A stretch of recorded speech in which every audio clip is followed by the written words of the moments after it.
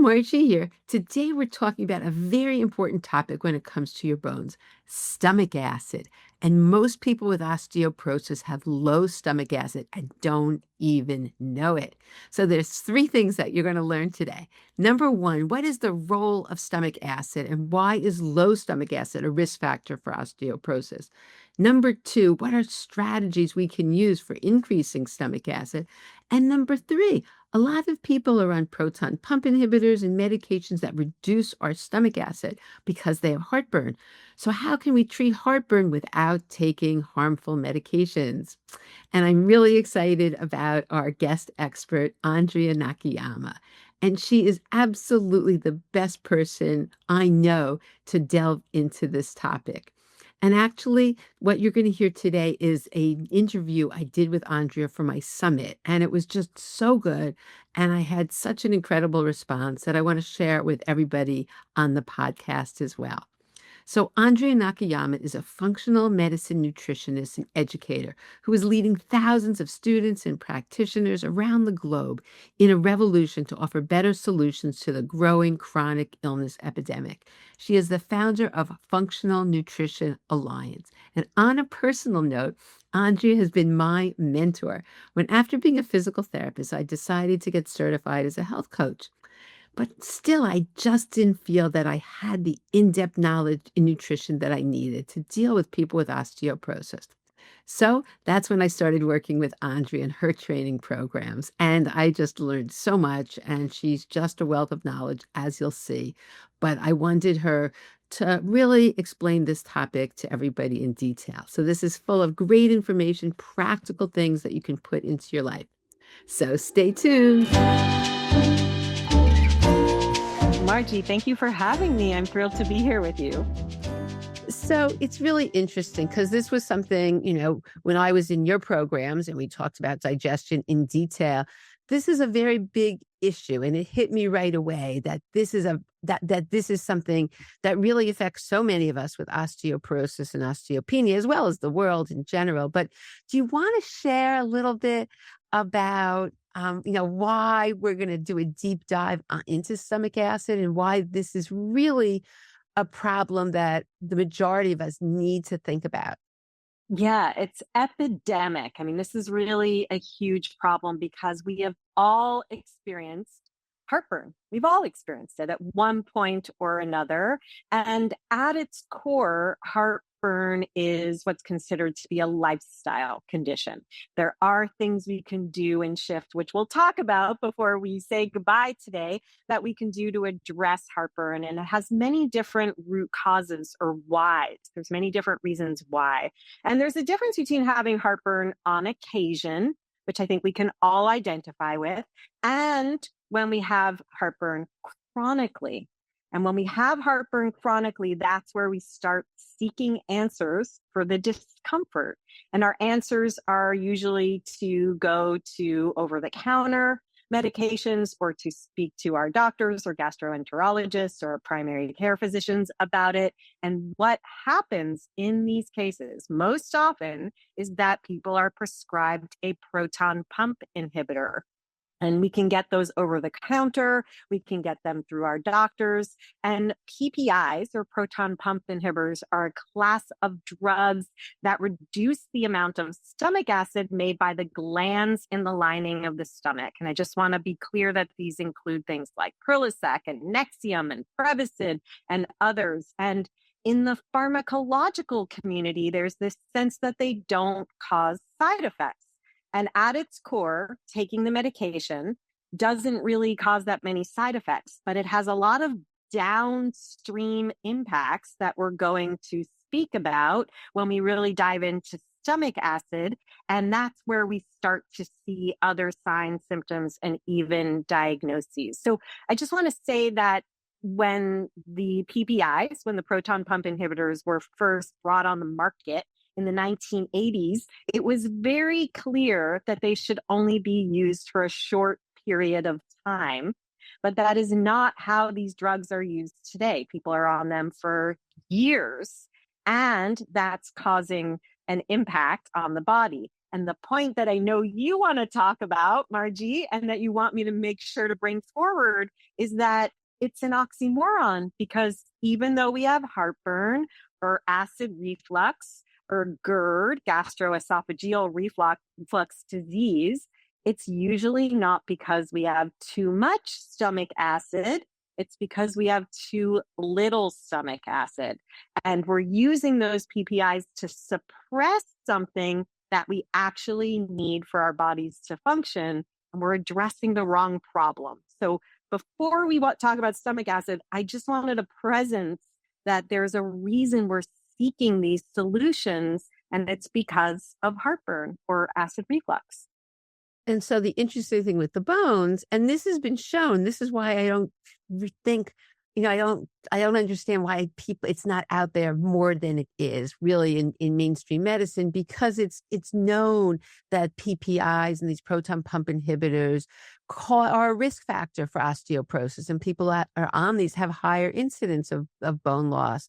And so that's common knowledge, but yet people aren't really addressing the root cause. Okay, so why is this? And, why is that when we reduce stomach acid, we have increase in osteoporosis and bone loss?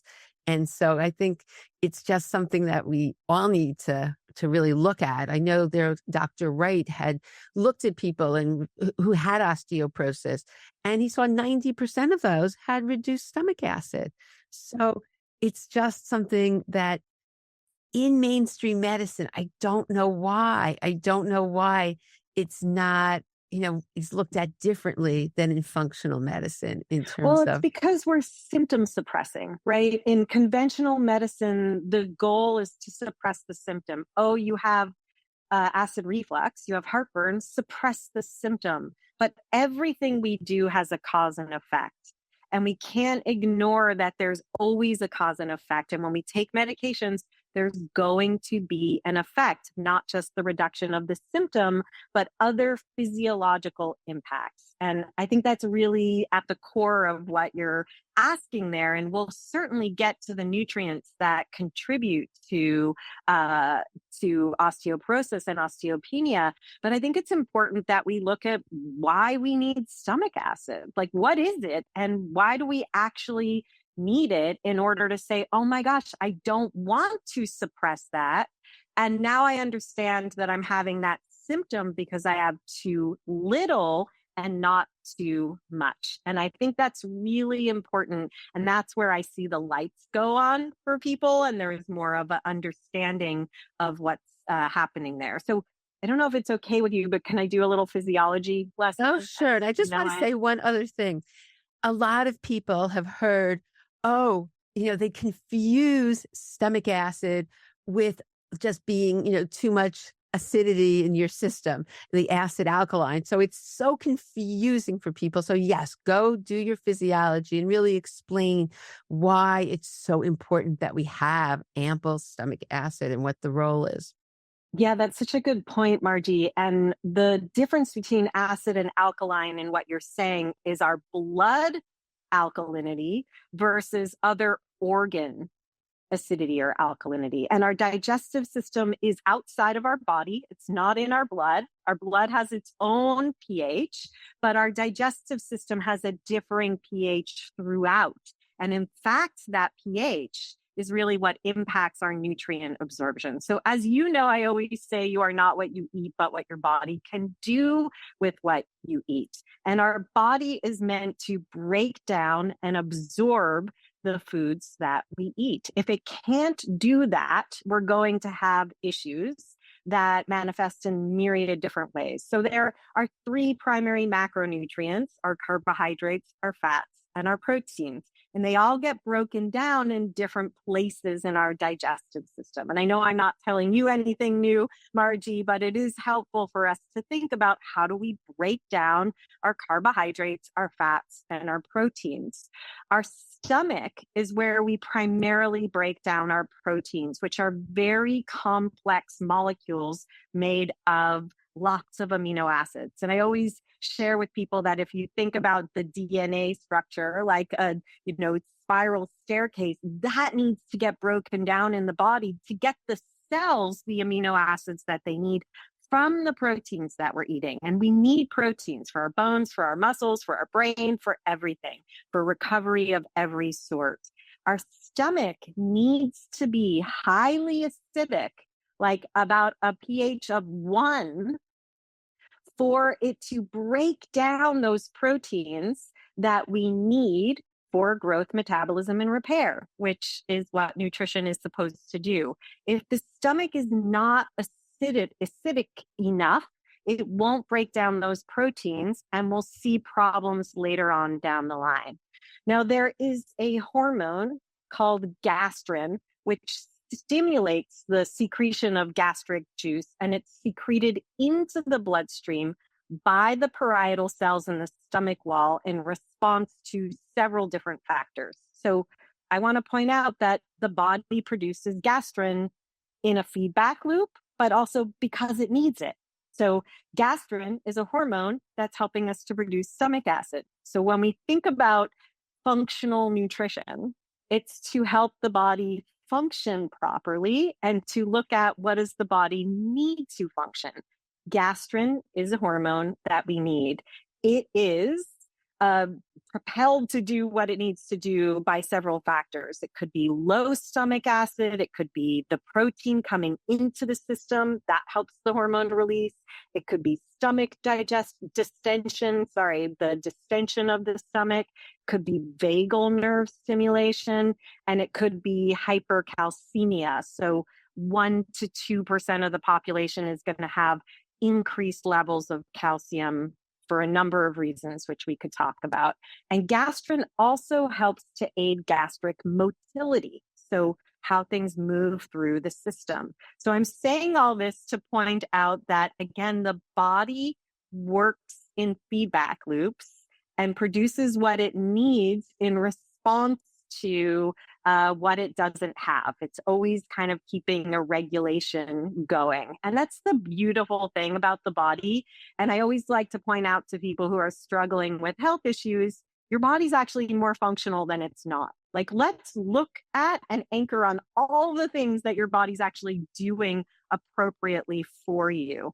So this point about the gastrin is going to come in again when we talk about our remedies. So that's why I want to make sure we understand what gastrin is. It's a hormone produced in the stomach lining that tells the stomach, hey, produce more acid. We need that acid for a reason. But one of the things that we are identifying here is that people typically have hypochlorhydria, not hyperchlorhydria. Hypo is too little, hyper is too much. Very few people have too much stomach acid. There's a rare digestive disorder called Zollinger-Ellison syndrome. And if you ask most doctors, they'll say they either only encountered it in their textbooks, never in their practice, or they've had one in 30 years of practice. It's very rare. There's also autoimmune gastritis, where the immune system could be attacking those cells that do produce the gastrin. So I just want to point out, when I'm talking about things, I'm not talking about those rare medical conditions. And I will always make sure that we say, this isn't about medicine, this is about prevention, then for the majority of us. But most of us are not we don't have enough stomach acid. And primarily, it means that we're not going to break down our proteins that we're eating, and we're not going to be able to utilize the benefits of those amino acids, which again, the bones, the muscles, the brain, so many things that we need that protein for in terms of our recovery. So that's the primary reason. But the secondary reason has to do with some key nutrients that absolutely do impact our bones. So I'll just take a pause there before I go on.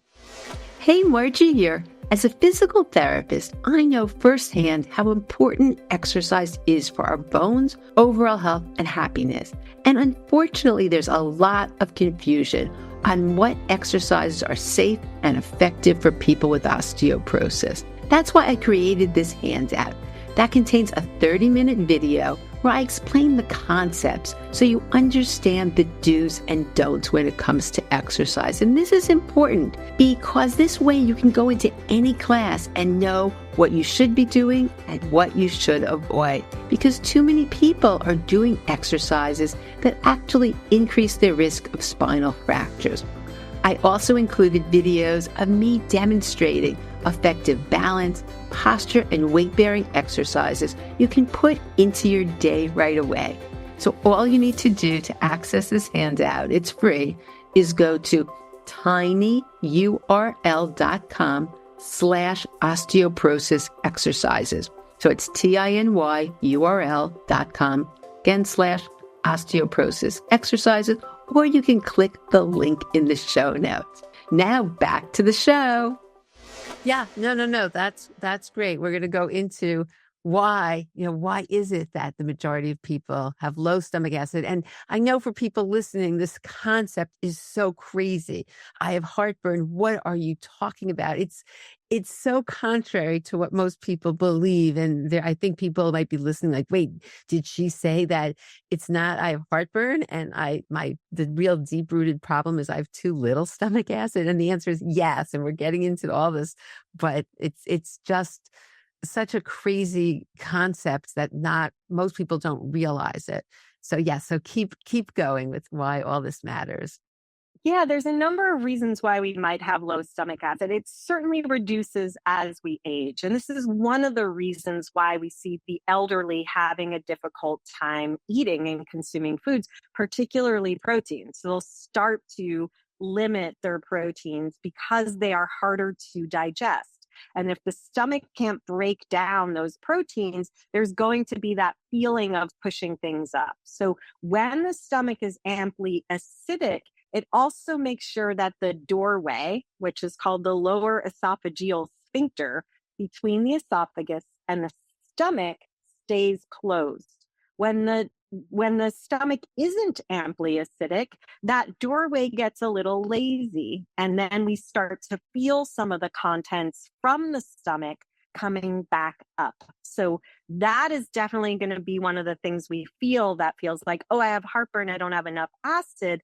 The too low acid is actually part of what's leaving that doorway open instead of allowing it to be closed. So this brings us back to that pH conversation, because while the stomach is very, or should be very, very acidic, things start to change in the pH as we go lower down. There's no other part of the body that is as acidic as the stomach. And when the stomach is amply acidic, it has protective barriers to make sure that that acid stays where it's supposed to be. So that's one reason, or two reasons: age and a lazy lower esophageal sphincter, which could go hand in hand. Also, pregnancy is going to put pressure that's going to let things come up. Weight that's distributed in ways that puts pressure on the organs could have that effect. So we have to think about what are the different reasons, what are the whys, what's happening that's allowing for that sensation to occur, and are there ways to address it that don't do damage at the same time? And I want to talk a little bit more about that damage, because that's where we see that there could be downstream problems or secondary problems to lowering our stomach acid. Do you want to go into that now? The damage? Yeah, let's do that. Yeah, I want to just talk about those whys because you brought it up. So part of the protection that the stomach has is that lower esophageal sphincter, and part of it is the lining of the stomach where that gastrin is produced, and that also has a number of other factors that help us to convert certain nutrients into their usable form. So remember, we're not what we eat, but what our body can do with what we eat. So if we're eating foods and we can't break them down and utilize them, we're not experiencing the benefits of those foods. So the 4 nutrients that I really want to point out that are reliant on ample stomach acid are B12, iron, calcium, and magnesium.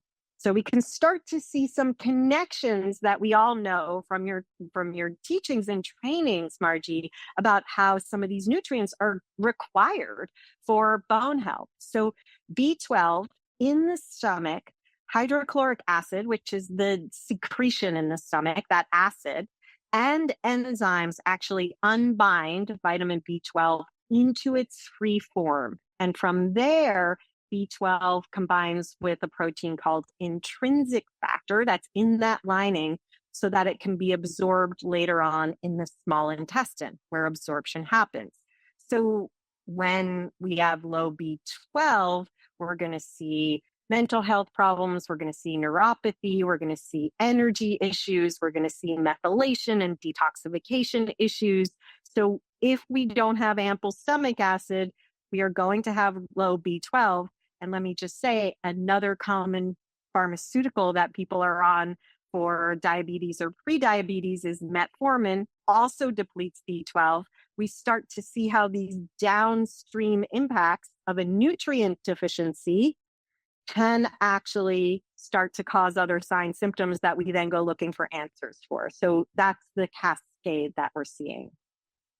Iron is another. Oh, go ahead. No. Keep going, because you talked about B12. I was going to say, okay, and the other ones that you mentioned. Yeah. Yeah, iron. So gastric acid lowers the pH in the proximal duodenum. That's part of the intestines. So what's happening is that highly acidic environment in the stomach is triggering other things for pH to change in other parts of the intestine. So you mentioned early on, we think like, oh, the body shouldn't be acidic. Yes, but the stomach should.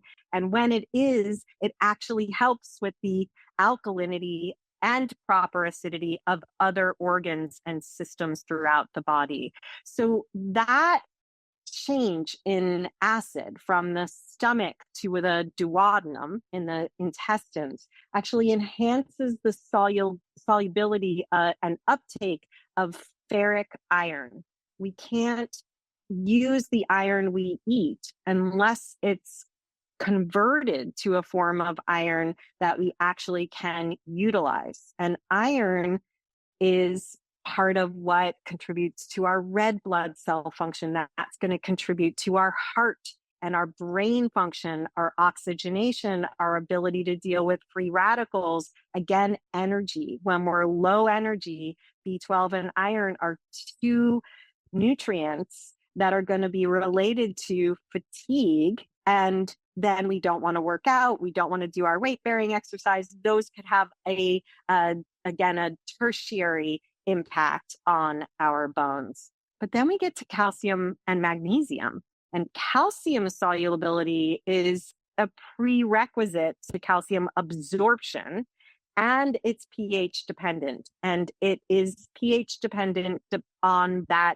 gastric acid that's in the stomach. So the pH, again, is having an impact on our ability to eat the calcium and be able to utilize it. So we could be thinking, I'm eating calcium, I'm taking calcium, but if we can't convert it, we can't utilize it.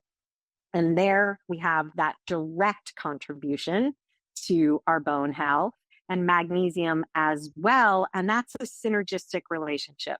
Low magnesium is going to reduce, another reason why we'll have reduced stomach acid, and reduced stomach acid is going to impact our magnesium absorption. And magnesium is one of the most common depleted nutrients in at least the United States. So those are 4 key nutrients that are impacting our ability to utilize the foods we're eating, that are also, besides the protein, going to be impacted by lower stomach acid. I feel like sometimes, does that make sense? Yes. No, that was, no, I think it's important, because I think, look, people are eating, people are like, okay, I need calcium, I need magnesium, and they're working very hard at trying to follow this great diet and get enough protein. We know how important that is, and how sad if indeed it's all sabotaged because they have low stomach acid. Yeah, I mean, usually not just one thing, but right, we're eating our food. We want to be able to break down and utilize it. And the normal physiological function of the body is meant to help us do that.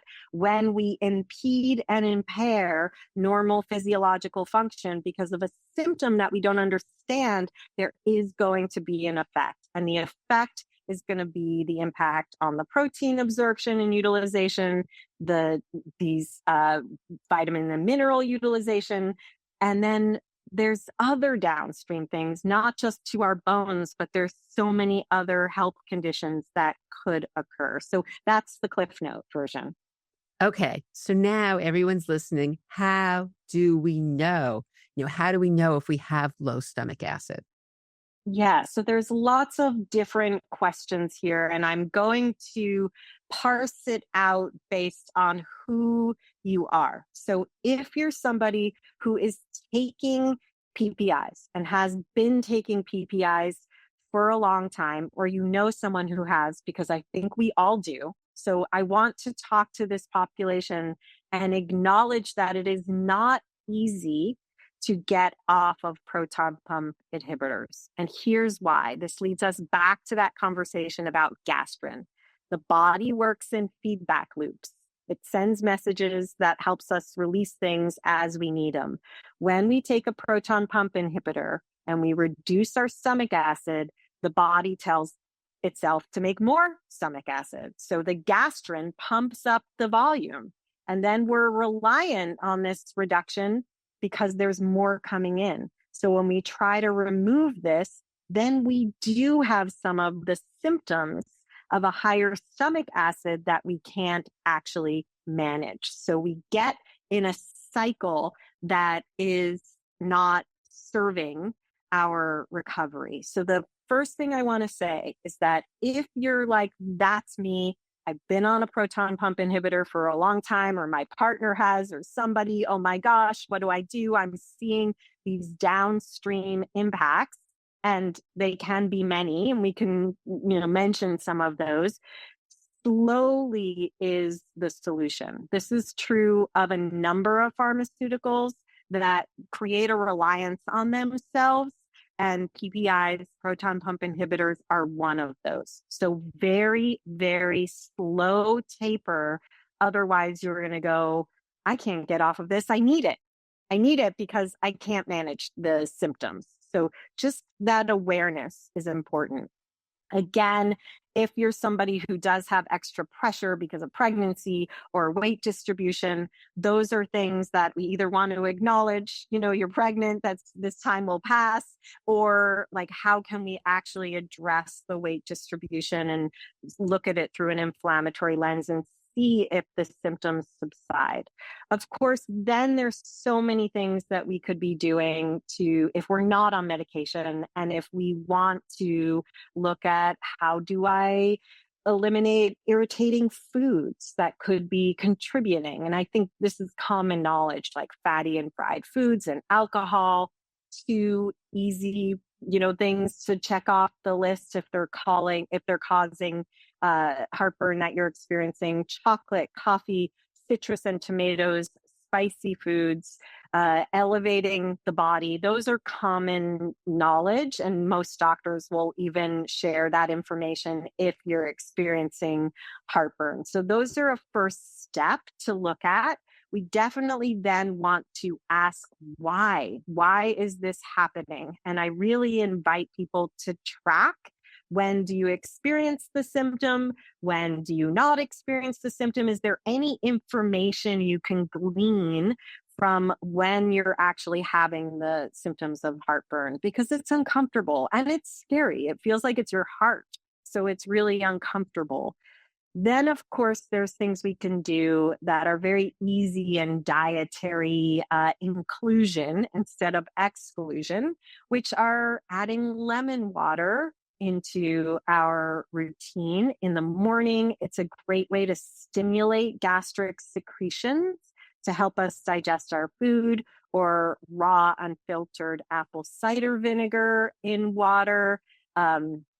Some people don't like the taste of that. I like to add a little bit of liquid stevia. It's then got that sweet sour taste like kombucha. Even children who have stomach acid issues can tolerate this. And I've worked with a number of people in practice where this alone does the trick to help with digestion. That's going to be the majority of people. There's always caveats, Margie, like from a functional perspective, we're all unique. So I never like to give remedies. Some people will feel burning from lemon or apple cider vinegar. And that's a sign for us that there's some inflammation or irritation in the esophagus. And then we don't want to do those things. We want to work with that inflammation and irritation. And there's things like aloe vera, which we can consume in the liquid form, the inner fillet, which we can get like at a health food store in the supplement arena, DGL, which is a form of licorice, also healing for that area and going to help with the stomach acid, and also glutamine. So if people are doing digestive healing protocols. So there's different ways to approach this. But first and foremost, I invite people to stimulate your secretions. When I talk about the root of digestion issues, I always say our circle of influence is the mechanical, the chemical, the structural, and the microbial. And so the mechanical is chewing. Chewing is going to help us to create the secretions that the body needs for digestion. So first and foremost, reminder to folks to chew and slow down when we're eating. When I ask people to track, a lot of what we'll find is that when they have the heartburn, it's when they're eating protein quickly, like on the run or standing at the counter, a lunch that is not digesting. So that's number one, mechanical. Number two is that chemical, and this is about our body's secretions that help us break down the food, and hydrochloric acid is one of the primary ones. So just tune in. I've got my apple cider vinegar and warm water right here, ways we can help break down our proteins. And then we will see not just benefits with our bones, but so many other things can be addressed and resolved when we're able to utilize the good food we're bringing into our bodies. Do you think there's a point, because I know there are certain people who actually have to take hydrochloric acid, that the apple cider vinegar and the lemon juice isn't really enough? So how would that person know that? Yeah, I think this is where I really recommend that people work with a provider who can support them through that. I just, as a little soapbox on the side, I think with all the information out there, we are often playing doctor too often on ourselves and doing interventions that we may not know how to do or do appropriately or have the support in doing. So for me, I love the use therapeutically of betaine HCl supplementation when needed and for the appropriate amount of time and in the appropriate cadence, meaning we're titrating it appropriately. So that is definitely a clinical intervention that should be done with a clinical expert who could support you through that. But the premise is what we're talking about. It's really bolstering the body's ability to produce ample hydrochloric acid for all the benefits that we're speaking about. Yeah, I agree with you completely, because it can be dangerous, especially if you're just, it's not something that there can't be consequences. So I think the safest thing, just like you said, is to work with a functional practitioner and, figure out. But I love the first steps with the lemon juice and the apple cider vinegar. What about bitters? Are you a person that eats Beautiful. bitters? Yeah. Yeah. Beautiful. Again, we're stimulating the secretions. It's that chemical stimulation to break down and digest the food. Bitters are brilliant. Also, umami foods. So, umami foods, that's our fifth sense: sweet, sour, bitter. I always forget one, but umami is the fifth one: sweet, sour, salty. I don't know. I don't remember. It's one of those. Anyway, but umami is like what we would get from mushrooms or soy sauce, or umabashi plums are a great. They're that tangy, bitter, sweet taste that we can get, and those flavors on the tongue stimulate the secretions that we need to break down our foods. Bitters are doing that same thing. They're stimulating the body's ability to produce the factors we need. So those are all great solutions. Slowing down and even cooking and thinking about our food gets us into the cephalic phase of digestion that starts with our brains. And that too stimulates. If we're just doing it all quickly, we haven't actually gotten the body warmed up to be able to take in the food and do what it needs to do with it. Wow, this is so helpful. And I'm so glad you went in detail because people need to understand this. And, it's not the things you're talking about, the basic things.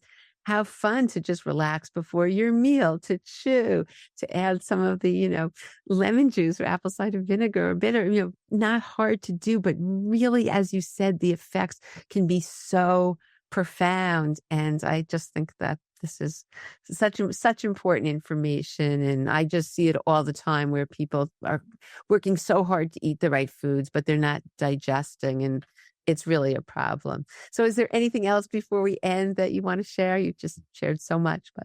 Oh, yeah. Well, thank you for allowing me to share. I knew it was a deep dive into a particular topic that's not necessarily very sexy, but I just want to say that when we don't have this ample stomach acid, it's going to be many situations that we see downstream. We're going to have more food allergies. We open ourselves to more issues like small intestinal bacterial overgrowth because that sphincter isn't closed and things get into the wrong places, right? There are going to be also other medical issues that require attention. So whether somebody has an ulcer or they have an H. pylori infection. So I want to make sure that people try the things to support their body first. One of my missions of late is how can we all be better patients?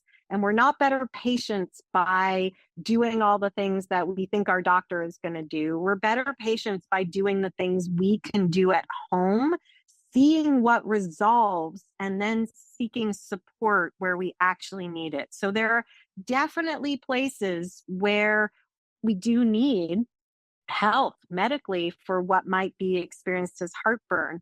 Most of the time, that is not the case. So I always want to remind people, do what you can do, support your body, really take care of yourself, take it.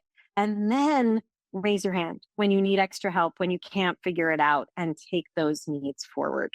Oh, great advice. So Andrea, where can people learn more about you and your programs? Yeah, if you head on over to fxnutrition.com, you can learn about my training. You'll find your way to the podcast, and you can always follow me at andreanakayama.com as well. Wow, Andrea is just a wealth of information, and I hope now you have a better understanding of stomach acid and why it's so important that we have enough for our bones, as well as ways that we can start to increase our stomach acid. And if we're on the proton pump inhibitors and we have heartburn, things that we can start to do that will really make a big difference for our bones and overall health. All the links that Andrea talked about will be in the show notes. So thank you so much for tuning in. And if you enjoyed this episode, please share it with a friend or anyone that might benefit. And I look forward to seeing you on the next episode.